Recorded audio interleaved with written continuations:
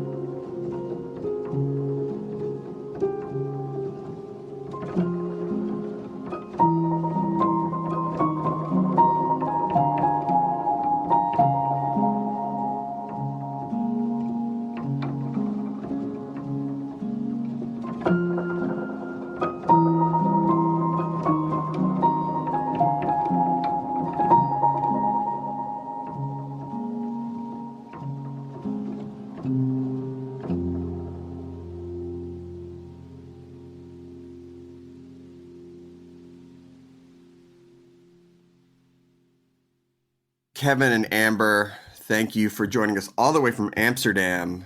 And I got to say, I wish I was sitting with you in Stack's Diner having a beer because it looks absolutely cozy right now. It is. We've got these cute little glasses here too. No, I saw the beveling on the outside of the glass, and I'm like, just pour them short, keep it cold, keep it coming, right? Yeah, that seems to be the philosophy here. I really took to that when I moved here and would go to these little brown bars, and the old men drink little, even smaller things than this.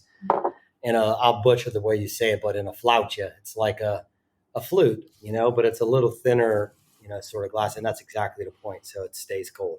So, yeah, I mean, I don't need a 20-ouncer at once. I'll take two 10s. Yeah.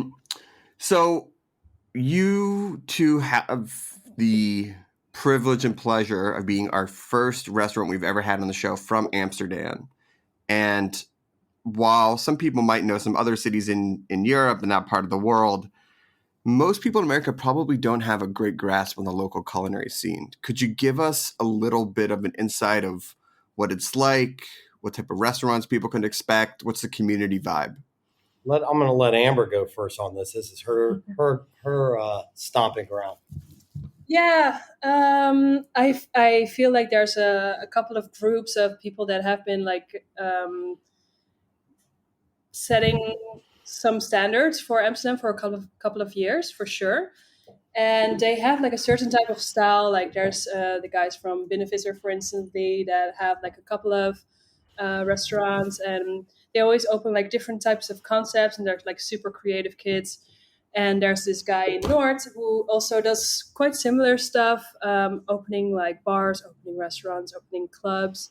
Very exciting for like young people living here. It's always something, a little bit like edgy, what they do. And I feel like, that's been super nice to have that. But also because there's like, it's a small group that's been opening multiple restaurants. It's been super nice to have something that has not been done here before. So I feel like something like Stack's Diner is like so new, and I hear it from all the people that have been in my community, like, wow, this is not something that I've ever seen before, or like I've never eaten like this before. Yeah. But at the same time, it's so funny because it's so similar to like all the food that we eat, because there's a lot of different layers of culture in it as well. And also, I think, just to step back too, like at least my perception and just studying and talking to people about food, a lot of people will say in Dutch culture, the food's not very good, that historically there wasn't a love of food here, depends on who you talk to, like, and this is coming from Dutch people telling me, No, of course. Looking at food or looking at extravagant eating as kind of not necessary, or, and maybe that's rooted in some of the Calvinist aspects of the country. Or that far back. Yeah. No, but it is. It's also like a lot of, because they had a real time of exuberance and riches. Sure. And then there's a real humility now to the culture of like kind of moving away from, there has been for a while, of not being too showy and not wasting money on things. They're frugal. Going Dutch is, a real thing. Right. Like, right. Yeah. But what's happened, what Amber's talking about, is in the last few years, there's been just a real rise of more contemporary food culture here. Yeah. And definitely the youth scene, there's much more of an interest in food. And I think, a lot of these young chefs, especially Dutch chefs, are figuring out, well, what is Dutch food for the first time on a contemporary. Yeah, exactly. And since like 5 years, there's been like some stuff going on about like Dutch cuisine. And what I feel that it is, like it's very personal to me, is that it's been very much about the history of crops that we've been having here. And also just like looking at like what is the thing that we cannot find in the supermarket anymore, but has a lot of history with the Dutch culture. So you see, for instance, the carrots, like the rainbow colored carrots. Yeah. How we chose the carrots to become orange at a certain point, because it was like a very Dutch thing. Like we wanted to have everything in orange. So because it's like a national color.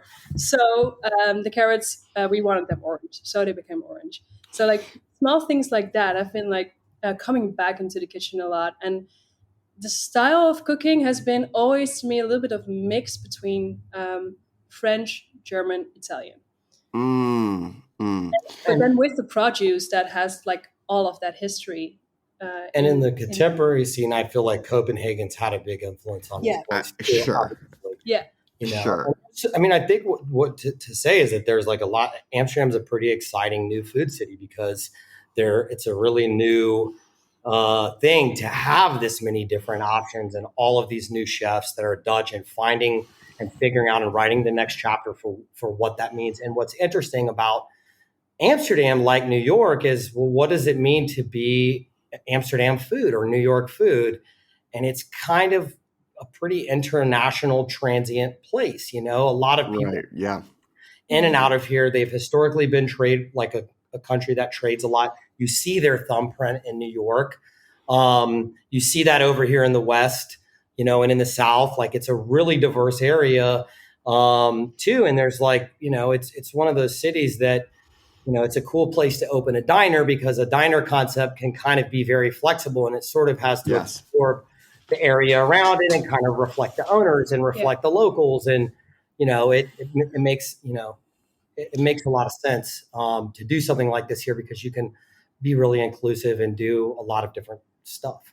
It's so interesting because in America, there is this concept of a diner, and it's like, you know, a greasy spoon with eggs and pancakes and things like that. But when you really dig into diner culture in America, it is much more melting pot. And depending on where you are in America, whether it's, you know, up in Queens where you have like Greek diners, down the South where you have more of like a Southern bent or things like that, or even in Jersey where you have like pasta and Italian bent, it is this like melting pot of American food. And so looking at it from the outside in, from the Netherlands to America, what is the perception of American food? What's the perception of American diner? Is that even a concept? Because I feel like it's so specific to the States. Yeah. What do people think about it just as a general concept? Depends on who you talk to.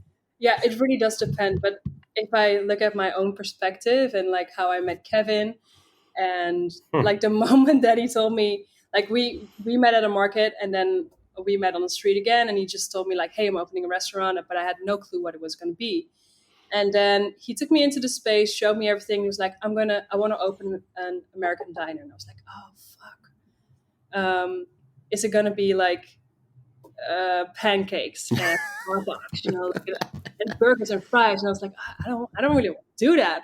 Like, I don't even like cooking fries. I don't even like fries. I don't know. It's a weird thing. But and then he really started taking me through like the whole menu, and it was so strange because it was all very familiar in a way, but it was not so in front of me. Like, it was not available to me, you know. Like it's so strange. It like opened a small door of something that felt very familiar, but has never been available. So it was quite an experience. Well, and I think we're doing a pretty progressive concept with the diner. Like, you know, I mean, I grew up in the South. My reference points are like actually Greek Southern diner. So imagine a Greek restaurant, get spanakopita, but the way they did their barbecue chicken is with like a North Carolina style vinegar sauce, you know? And so you would have this like melting pot kind of, you know, these kind of places. And then, you know, over the years, I've worked at a lot of different contemporary spots in Richmond. But then when I got to New York, there was a restaurant called Diner that we know. We've eaten there together, you know, Darren. And it's, you know, one of those places that really blew up. And their flip on the diner was, we're going to have, you can, you know, their set menu was like an omelet and a burger. And then every night they had 10 different specials, apps, entrees, desserts. And that's how they really did it. And so it was, you know, kind of part of this moment of, you know, the food really kind of changing and the way people were doing consumption stuff like this in Brooklyn during this time. A lot of people laugh at this now, this very hipster, I know, or however people want to classify it. But regardless, those guys were doing something really great, you know. And I think what we're doing is kind of you know, we're doing something new and interesting, but in a very different way. In that, like, we have a much more expansive set menu. We do specials. But I'm Southern, so I want biscuits and cornbread on the diner menu, right? Like, we're not a Southern food restaurant, but that's one of the staple things of like our bread program is for Southern. And Amber's really good at, she has a baking background actually before moving over into also doing savory food. So she's incredibly good at executing and developing the recipes together of, for biscuits, cornbread, key lime pie. I mean, we're making homemade fucking graham crackers here, breaking them back down and making the crust for a lime pie out of it. So, I mean, I've never, you don't see a lot of that, at these types of spots, right? So there's a level of finesse that's going into this, but we're not presenting food in a way that's stuffy. It's very comfortable. It's very ingredient driven. It is what it is. It's not a lot of composed dishes, actually not much at all. None of the main entrees or plates are really that composed. Maybe it's fish and greens or, steak and mashed potatoes. It's simple stuff. But then the stuff that we're using in the way we're cooking things, comes from a range of different experience that we have that's a little more high technique. We joke around, it's low country, high technique. It's kind of like that's sort of the tension that's coming together. The other thing about a diner is the design part about it, because so many of them, you think of these like chrome monstrosities and some are a little bit more humble. And Kevin, I know that you have a big design background as well. But obviously bringing that sort of American perspective, both the design and food, into a European country, some people might be like, we're okay, Mr. American, like, please do not come in here and tell us like how to design our menus, how to design our restaurants. Like, we're good. How did you ingratiate yourself into the local food scene? Because I know you were there for a few years before you opened this spot, but what did you bring with you? How did it evolve? How did you do it with respect to the local scene? I mean, there's multiple parts that, I met a lot of people here. I owe a lot of credit to my friend Malvin Wicks. He's like a legendary DJ here. You're in a scene of house music, electronic music. Yes, he dabbles in that, but he's like bigger in hip hop, R&B as well, and can kind of bring all those worlds together. He's, very well-known guy here. And he is as we joke, we're both fat kids. We just want to eat all the time, So he knows all the chefs. He knows a lot of, different people in the food scene. And he really took me around and introduced me to a lot of people. So I met a lot of folks that way. And I think the way I learned about Dutch culture was through the Dutch Brown Cafe. And the Dutch Brown Cafe are there's a lot of 100, 150, even 300-year-old brown cafes in Amsterdam. Wow. And it feels like you're inside of a boat. It's really dark. It's really woody. They have a lot of different beers. It's a lot of, it's kind of sleepy. And when I first moved here, I really spent a lot of time in those places talking to people, because I, of course, am working on, again, like you mentioned, global design and branding projects for Nike, Jordan, and, doing a lot of different hospitality and hotel work here in Europe. But then I really just enjoy going and kind of being anonymous and sitting at a brown cafe at a bar and talking to random Dutch folks to learn about, well, what do you think of Americans? And I can tell you, I've pissed two of them off where they're like, they listen to me talk. They're like, you're too fucking ambitious. You're so American. All you care about is work. And, that European ceiling that you sometimes learn about. Yeah. And then and then it takes me about an hour and a bunch of flouches, a few small beers here and there. And usually I've charmed them and we've come back around and we're hugging and we understand each other. But I spent a lot of time there trying to understand what that is. And there was something I kept seeing in like the function of a brown cafe and the function of a diner, in that you can meet the wealthiest person in the Netherlands at a brown cafe and you can sit down with someone who doesn't care about money or working at all. And I live in Wester Park, where it's like an old socialist sort of area. And you have a lot of people who hate money and are the anti-exact opposite. Those same people, though, are sitting around at the same counter, drinking beers, hanging out. And there's something to a diner that does something similar. There's some great equalizer in a diner counter. And so when we came into this, that was the design approach aesthetically was I was, wanted to bring together, the wood warmth. The Dutch have a term, gezellig, probably saying that wrong too. Gezellig. Yeah. Which speaks about coziness, and the root word of it is hazel, which is companion or friend. And I think in ways it speaks to that full comfort you have with your best friend, in the perfect temperature and the perfect light and the perfect moment, and you feel this really present kind of specialness. So that's what these Dutch brown cafes are. And it was like, how do you bring that to the American diner aesthetic? And how do you avoid the cliche American diner 50s sort of bullshit that I think everybody expected us to do here? Sure. And so that was the design, the diagram, and that was the challenge. And I was able to find some old Pennsylvania Dutch diners that were really woody, had a lot of wood, and they were like kind of 70s in style. And just studied some of the right refs and pulled those things together. And then I worked with someone who's French and Pennsylvania, grew up in Pennsylvania, but was born in Paris. And she's an architect named Pauline. And we worked together to flesh out the design over, a period of a few months. But I don't know, we were really trying to be very cognizant not to be those asshole Americans coming in and trying to slap something purely American, because again, a diner has to reflect Amsterdam. It can't just be an American concept. So, that was the approach. And that's how we got to this place. And it's this real hybrid of lots of painted high gloss wood. We found an American oak tree that got hit by lightning through a friend. So we were able to upcycle the wood. It's really like a more warm, darker, grainy wood than European oak. As a lot of these things fell into place naturally. And that was the sort of design approach. Well, I am excited to hear a little bit more about the menu you put together and how you bridge the gap, at least with the cuisine as well. And I want to take a quick musical break. We have a song from the archives.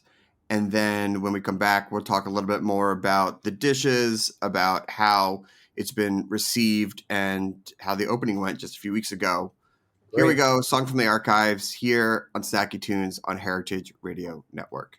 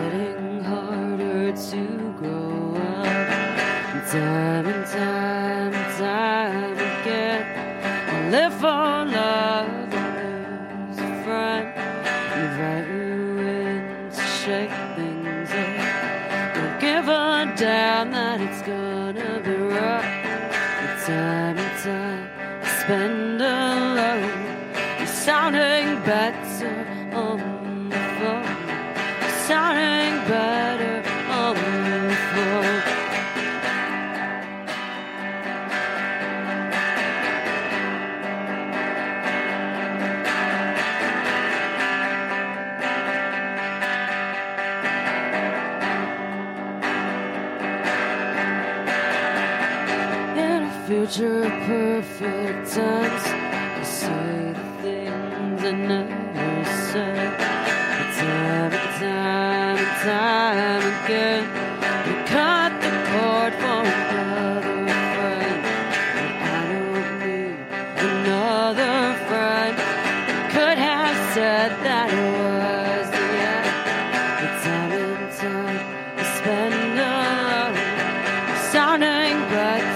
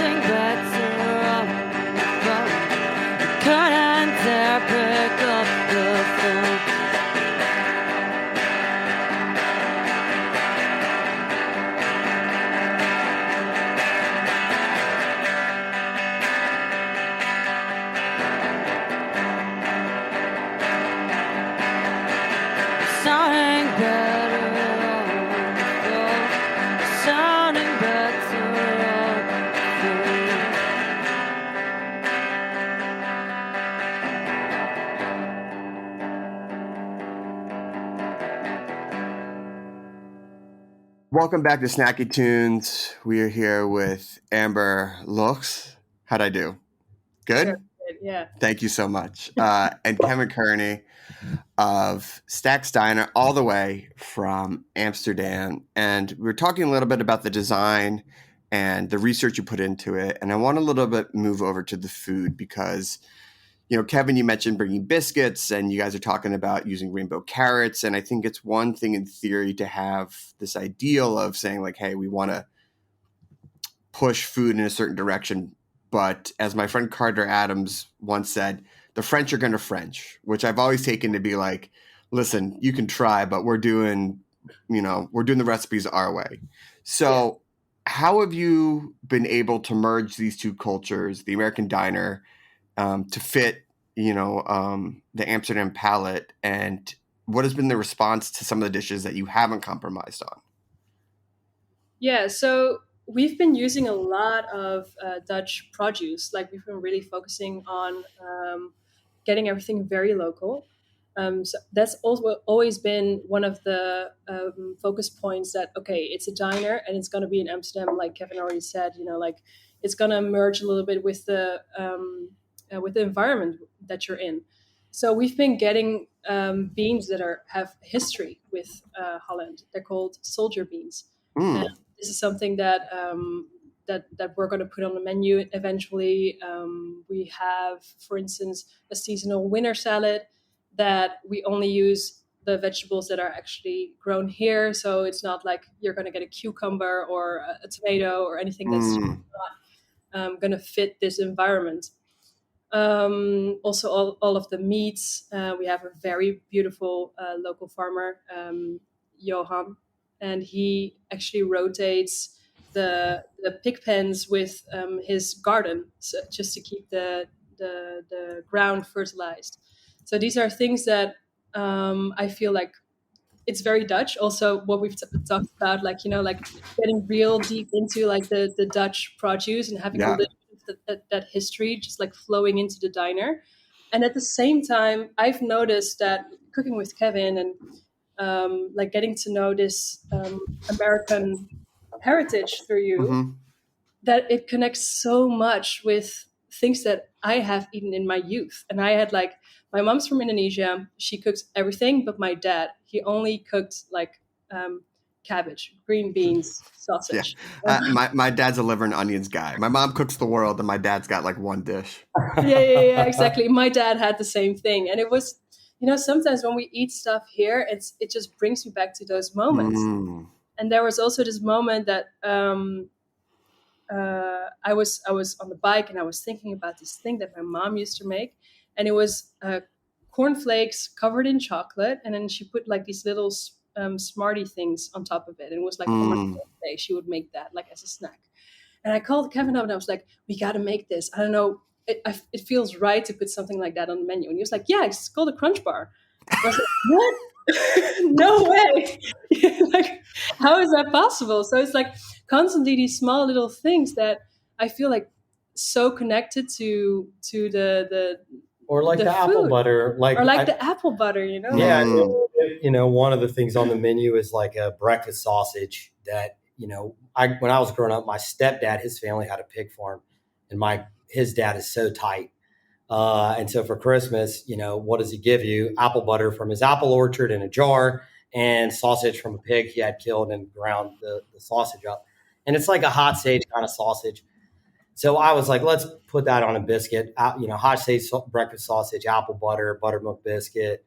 And I gave her a bite. She just had the full ratatouille moment. Those same flavors of of pork and apple. Yeah. But anyways, I think, it's interesting because for me, I cooked with a lot of different people. I mean, I think the food the opening menu is obviously, I wanted there to be some Southern staples. Yeah. We don't call it a Southern food restaurant. We actually talk about home style cooking.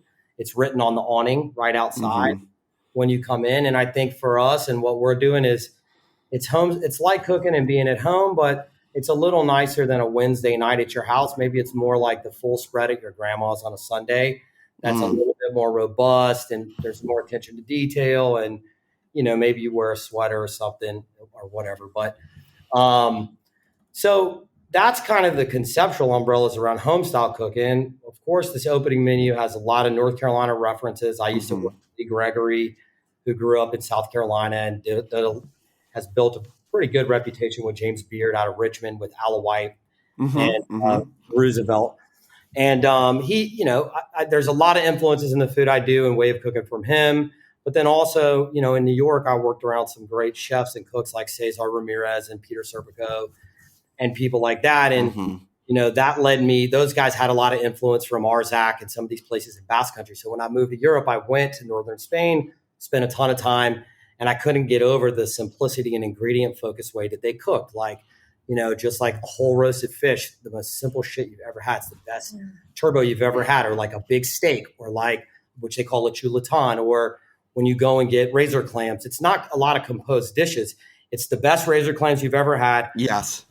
Cooked perfectly on the plancha, put on a plate, and that's it. That's what it is. So there's something to, a lot of different influences that kind of came together in what we're doing, and we're just sort of making up the rules as we want. So the menu is, we've got pimento cheese and pickles. We're making some pickles, buying some pickles from a guy that's killing it locally, this dude alone. We're, doing really nice big cuts of this pork that we get that's, farmed 15 minutes away or an hour away, depending on which farm they pull from. We can only get it every 2 weeks though, and we're rotating through the animal. So we're buying a Boston butt, we're buying ground pork for the sausage, and we're buying a limited number of chops. And so we kind of work through all of that over the course of a weekend versus, hey, you can just always get a pork chop here. It's not, that reliable, but most Fridays you can get a pork chop, but then it's going to sell out. Same thing with any of the other meats and stuff that we're doing. It's, buying stuff that's pretty local, a lot of organic and bio product, but we don't limit ourselves to that because a lot of smaller farmers just can't afford to or aren't organized enough to really get the certification. But the way that they're farming is just it's a name. It's yeah. So, and for us, I'm more interested in knowing the farmer than industrial organic. If I had to choose, we're going to go with a smaller farmer that maybe isn't certified organic, but we go and see what they're doing. They're doing things really responsibly and taking care of the land that they're working on. And that's better than just blindly buying some more mass market bio product. Yeah. Yeah. So now that you've been open a couple of weeks and all this is great in theory and late night talks over small glasses of beer, what was the reception? How have people responded? How do you feel now that the public has gotten to enjoy it and have been able, of course, to have their say? This is in a newspaper today. Well, since this is an audio only podcast, I'll let Amber tell you. She'll give you the local. How do you think people have responded? Well, I feel like the people in Amsterdam, they really like to try new things. Like it's been very much a thing. Like they love exotic things. They love to try things that they don't really know before. They like to go to new places. So what you see usually here in Amsterdam is like a new place opens and everybody goes there. It's like immediately like, what's happening? What's going on? And discovering a lot of different things. So I've never really felt like it was a concept that people wouldn't understand necessarily. I always felt like it was familiar enough for people to just come, relax, do their thing, chill, and not be like too hyper focused on what is this and it's so unfamiliar or anything like that. But the feedback I've heard, the phrases and things that I've heard home for me are, in the design-wise, the place looked like it's been here 30 or 40 years. Yeah. Love it. So that's amazing. Food-wise, this is the place I didn't know I was missing. Like finally some place to get. There's a lot of smaller plate food here. People eat lighter, a lot of like smaller share plates. And this is like more about like getting a pork chop that 3 of you can split, or getting a half of a brill, which is like a cousin of a turbo, big flatfish. Yeah. A small halibut in some ways, or, getting a larger format piece like that you can split and have sides like cheese grits and skillet potatoes and mashed potatoes. And people, I think, are really responding well to that concept. And it's cool. We have two different customers. Somebody's coming in here and they're more budget conscious. They want to spend, $12 on a biscuit. They get a beer and a side. They're eating for around $22. And then there's another customer that's coming in and, they're eating a half of a brill themselves for 55 euros. That's meant for 2 or 3 people, and they don't eat out that much. And they're like, this is a big night. And I just want to. Sure. Yeah. So the reception so far has been excellent. We're in the paper today in the Parool, which is like, what's that the equivalent? It's like the local Amsterdam, New York Times. It's the official. Yeah, exactly. Yeah. Yeah. And we got the orange lady, if you will. Yeah, we got a 3/4 page spread, big photo. The headline says "A little slice of New York in the West," which there we go. Pretty awesome, and they really get it. And like, I think one of the quotes in there that the writer really liked that he got from us was that I think we can make better American food here than in America, because we get better ingredients. Of course, they love that. There's a lot of pride here. Of course. And I will say, I think Amber's, for example, the biscuits that we've developed and that we're making here that, have Amber's fingerprint all over them they're the best biscuits I've ever had. And there's a lot of finesse involved, but also the level of buttermilk that we can get here versus what it costs for you to get in America. You couldn't use that buttermilk in a biscuit. It wouldn't work. Right. So we can affordably get butter and buttermilk and the level of the type of flour that we're. Yep. I mean, she's driving out like an hour and a half, driving me crazy, driving out an hour and a half, very specific flour from a windmill that she loves. When you bring all of these things together, these biscuits are the best. I can't wait for you to eat them. It's going to blow your mind. Oh my God. I mean, let me look at flights to Amsterdam. Now, I want to make sure before we have to say goodbye, because we've talked about the food and we've talked about the design, but I know this because I saw some of the videos, but there's a great soundtrack at Stacks as well. And I'd love to know what goes into it, how much of it is, local music, European music, American music. What's the vibe? What are you setting? Who has control of the iPod shuffle?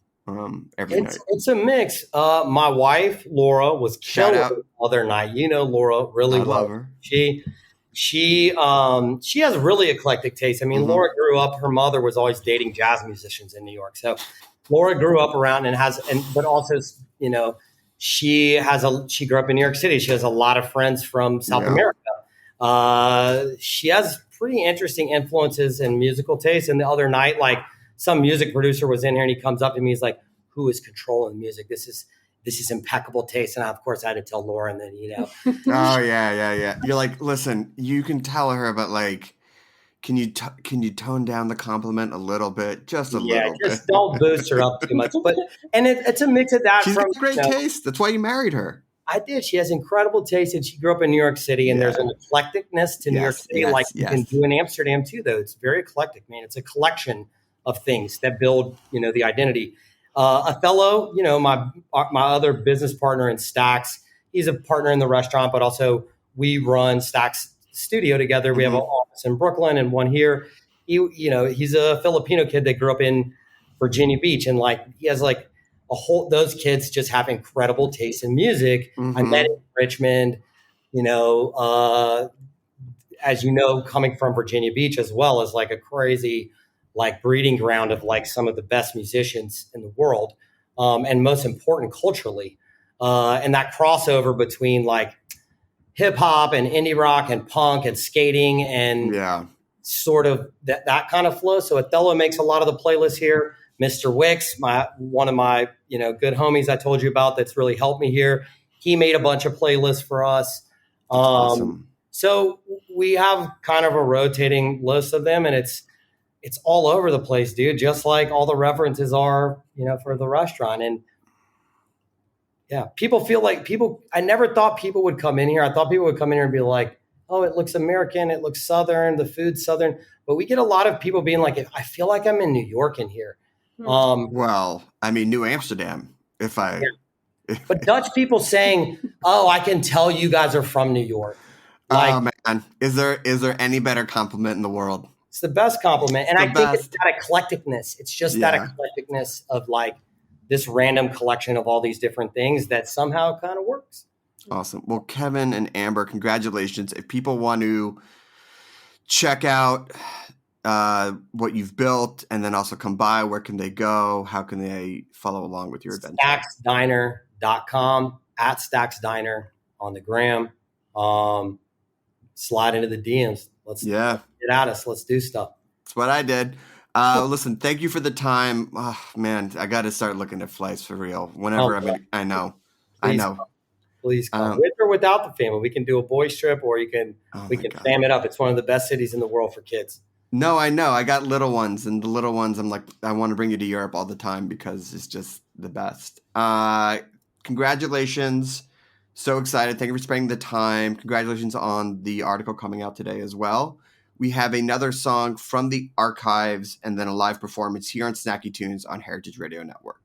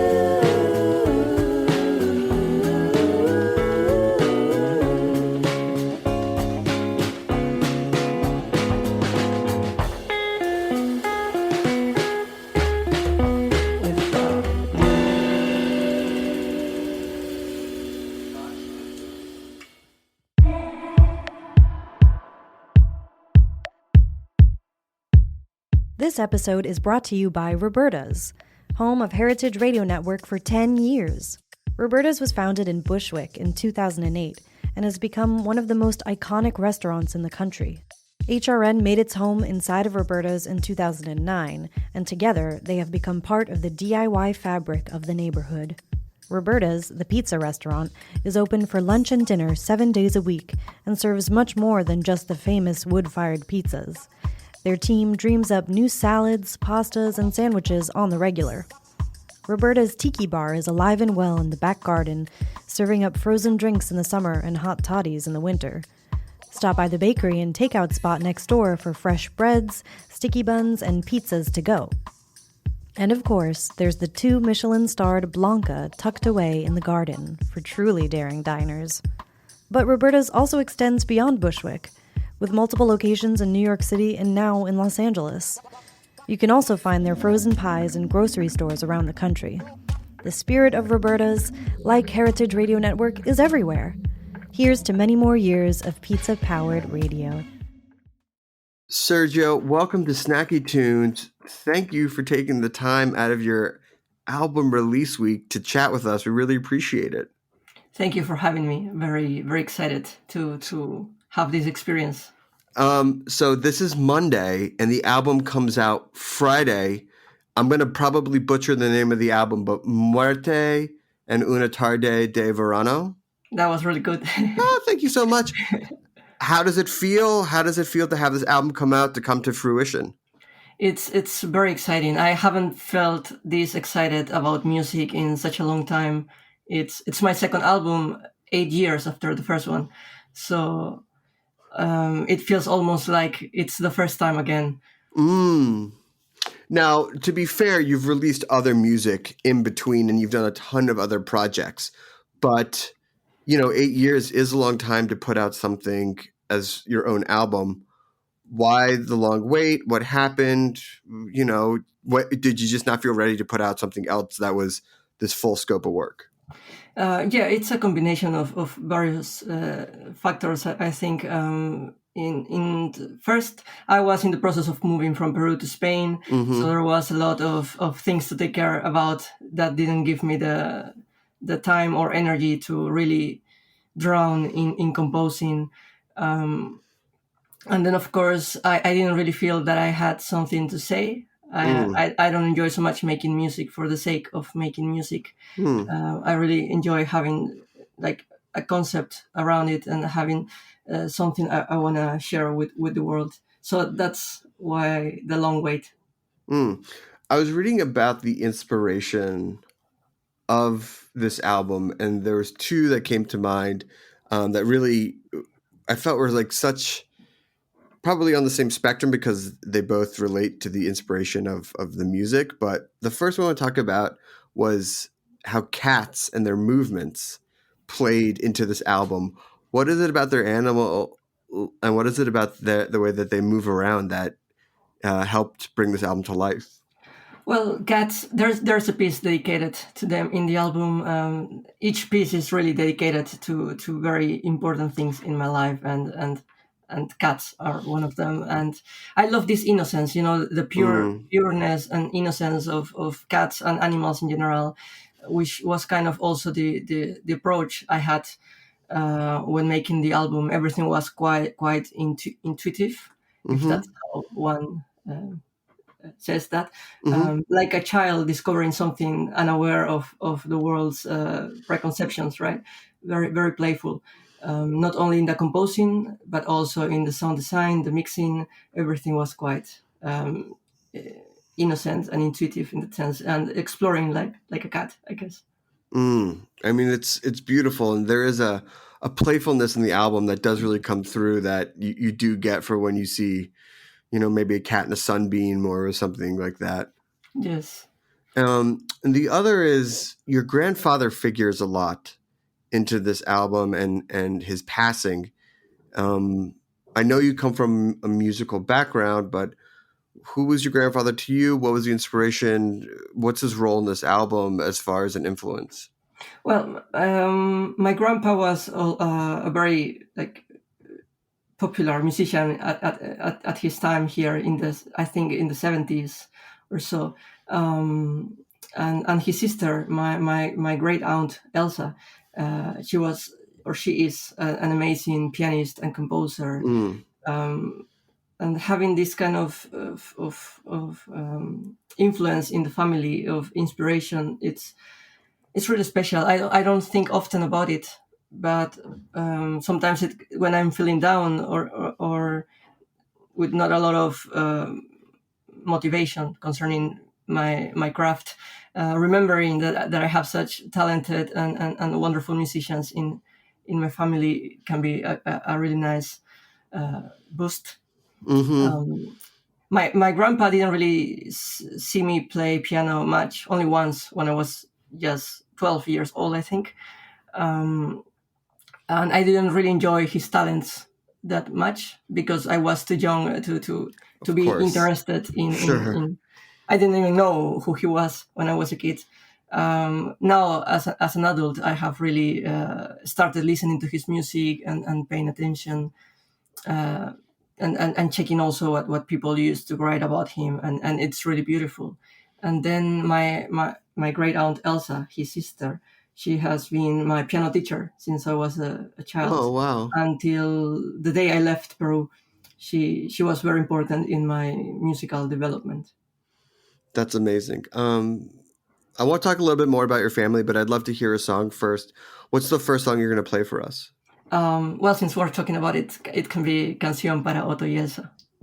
Great. And this is dedicated to them, I imagine. Yes. Okay, well, here we go. Sergio, Díaz de Rojas, live on Snacky Tunes on Heritage Radio Network.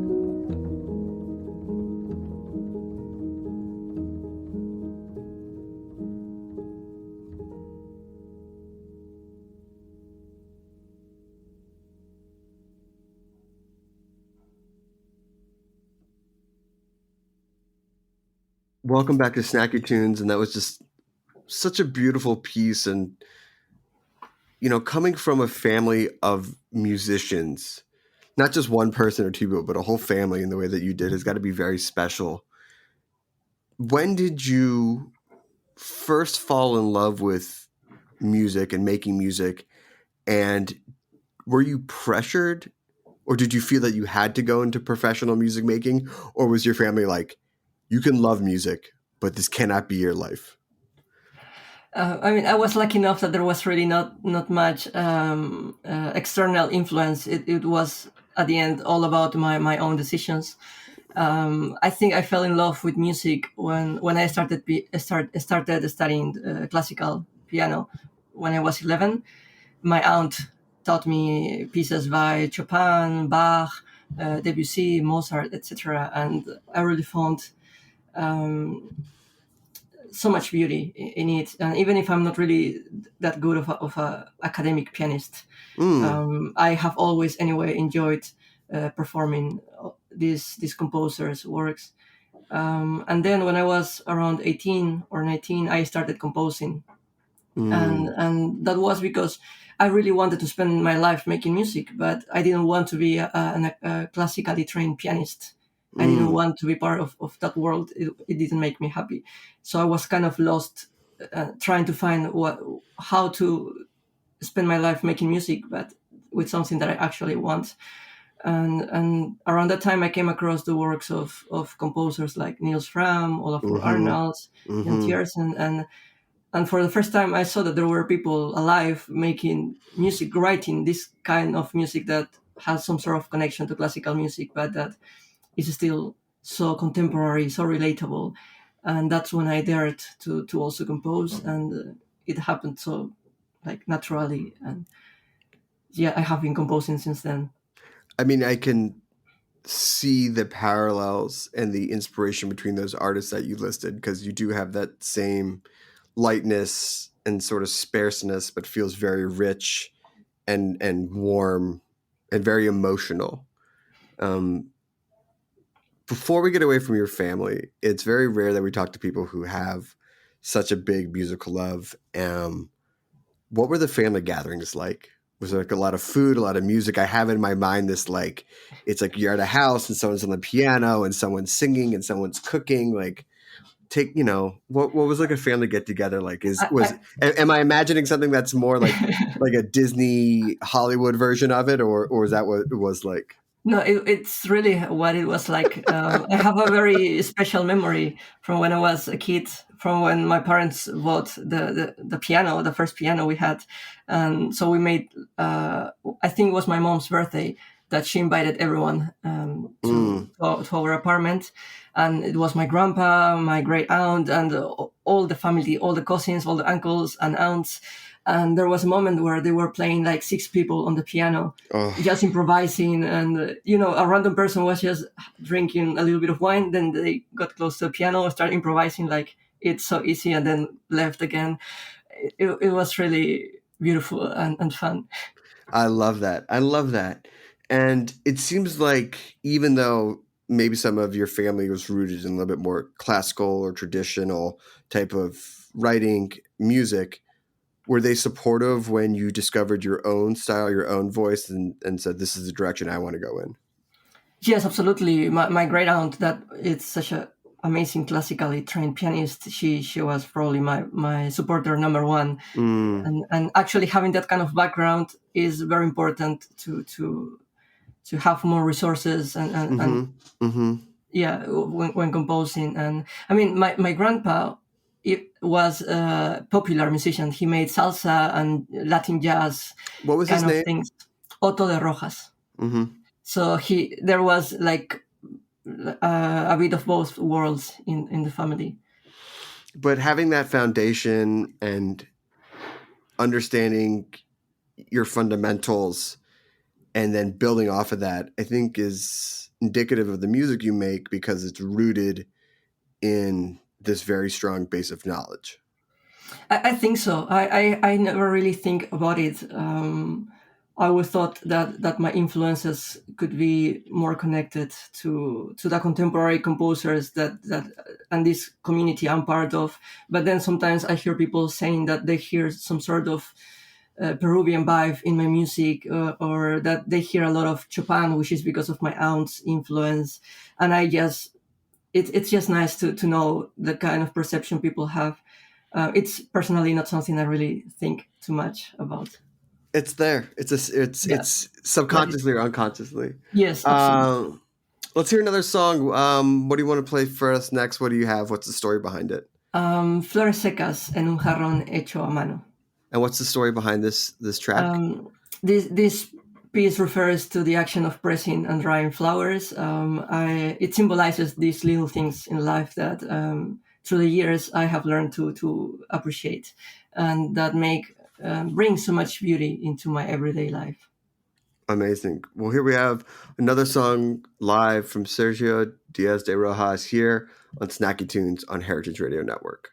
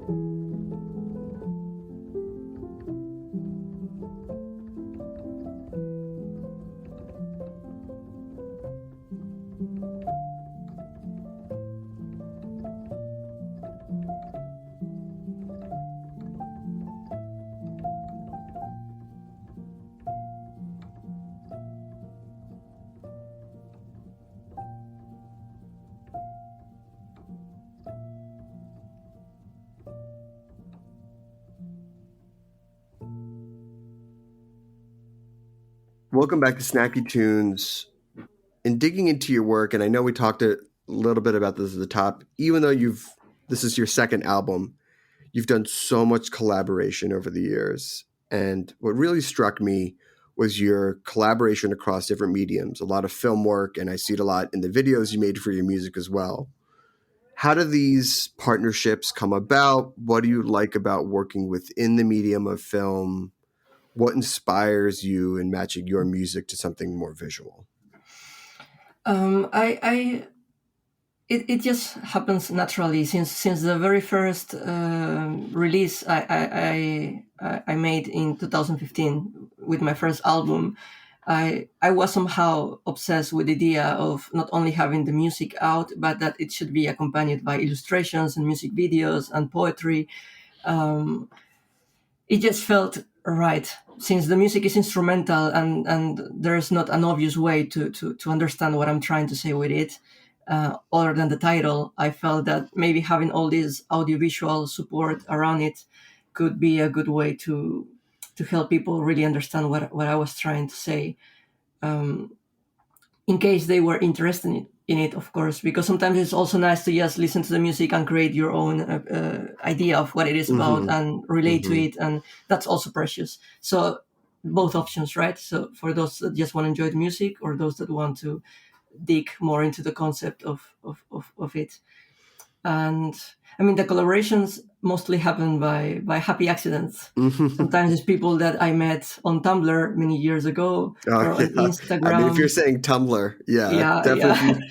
That's or Instagram, or just doing research online. On Vimeo, I have also come across wonderful filmmakers. It just happens, and very grateful for it. Now, you mentioned that you were in Peru and you have now moved to Spain. Yes. What wanted you to make that move? Were you looking for new inspiration? What drew you to Spain? Was some of the collaborations you're doing based in and around the area you moved to? What brought you there? The main reason is that it's almost kind of impossible to make a living as a musician or any sort of artist in Peru. It's not really that. It's difficult everywhere in the world. Yeah. But in Europe, you have definitely way more chances than in Peru. Especially, I have never had a specific contacts inside the media or the music venues where one can make shows, and so it was pretty much being alone and fighting against the bubbles that already exist, right, in the music community in Lima, no matter the music style. So I thought that maybe moving to Europe, where I already had some connections to some record labels and concert series and some other composers, could be the best move for my career. Also, in a not music related topic, I was never so happy in my hometown. It's I grew up, playing the music of European composers, and then studying French and watching independent European cinema, and that was the kind of things I was nourishing myself with, and I wanted more of that, and I didn't feel so happy and comfortable in the environment I had in Peru. But now that you've had time and space removed from where you grew up, does a little bit of nostalgia wash over it, and you go like, oh, I sort of miss this, oh, I still love that? Do you yearn for your home country at times? Yes, happens all the time.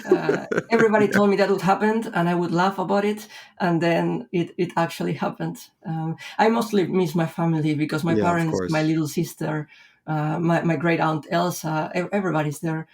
And then of course I miss some specific places. There's this district called Barranco, which is like the artistic bohemian part of the city. There's actually a piece in the album dedicated to that place, where I spent my most creative years in Peru, and playing shows, meeting other artists, and working as a barista, serving coffee. It was a really nice period of my life to explore a bit more, to learn a bit more. And so there's definitely things I miss a lot about Peru. I mean, do you miss the food? Have you found some replacements in Spain? I mean, it's nothing wrong with Spanish food culture. I mean, I'm kind of a food nerd, so I love trying all sort of foods everywhere I go. And I can luckily cook Peruvian food here because there's a huge Peruvian community. So you go to the central market, you find all the right ingredients, and you can cook. Then also Spanish food is delicious, and so it's. I mean, sometimes it's not so as cheap, right, to cook food that I used to eat there, but I try to do it as often as possible. Let me ask, what are you cooking? Where are you eating? What I am. Sorry? Cooking? When I cook Peruvian food, I'm making like lomo saltado, ají de gallina. A couple of times we tried making ceviche, which is like my favorite dish, but that was not so successful. And then I cook a lot of Italian food. I've also recently learned to cook goulash from Hungary. Oh, that's my people's food. Oh, that's nice. Yeah. Nice goulash. Oh, yeah. Some crusty bread. Yes, please. Yes. It was so. I went to Hungary as part of of a tour, and I tried the food. I fell in love, and then I was like, I have to learn. Yeah. Yeah. It's great food. Great food for the wintertime. Yes. So listen, I want to make sure we have enough time for one more song, but album's coming out and you're also playing some shows. What's the rest of the year or the next few months look like for you? Well, there is a spring tour. I'm playing to a couple of two shows in Barcelona next week. Well, this week actually. They're all sold out, which is really exciting. And then I'm going to Denmark, then Sweden, and then Germany. Wow. Then I will have a little pause because I'm in the process of moving from Spain to Germany, and I have to get some bureaucracy paperwork done. Wait, But are you moving to Berlin? no, to Düsseldorf. Düsseldorf. With my wife. She's German. Okay. I'm going there to reunite with her. I mean, German summers are a lot of fun. Yes, it's not as hot as in Spain, which I'm grateful for. Yes. Well, and then there will be more concerts on the second half of the year, but those remained to be announced. And then festivals as well, correct? Yes, in Czech Republic, in Germany as well. So we will announce that eventually. Okay, I won't spoil it. Listen, before we get to the last song, if people want to listen to the album, which comes out again, actually it'll be out by the time this airs because this episode is going to air on the 12th. So your album will be out by the time people. Where can they go listen? Where can they go share your wonderful music? Well, they can find it on Spotify, Apple Music, and any other streaming platform. It's also available on Bandcamp, on my own Bandcamp for digital downloads, and on Oscarson's Bandcamp for limited edition vinyl. Ooh, this is a nice vinyl. This will be a nice vinyl to have and support Bandcamp. Shout out to them. All right, what's the last song you want to play for us? What's the story behind it? It's Atardecer a Orillas del Mar, which is the closing track of the album. It symbolizes death. Well, there we go. And what a great way to close this show. Sergio, thank you so much for joining us. We really appreciate it. Congratulations again. Thank you so much for this, for the opportunity to talk a bit. And hope people will enjoy this new record. I have no doubt they will. Thank you to George for setting this up. And thank you for Kevin and Amber. And congratulations to Stack Steiner as well. Here we go one last time. Sergio Díaz de Rojas live on Snacky Tunes here on Heritage Radio Network. We see you next week.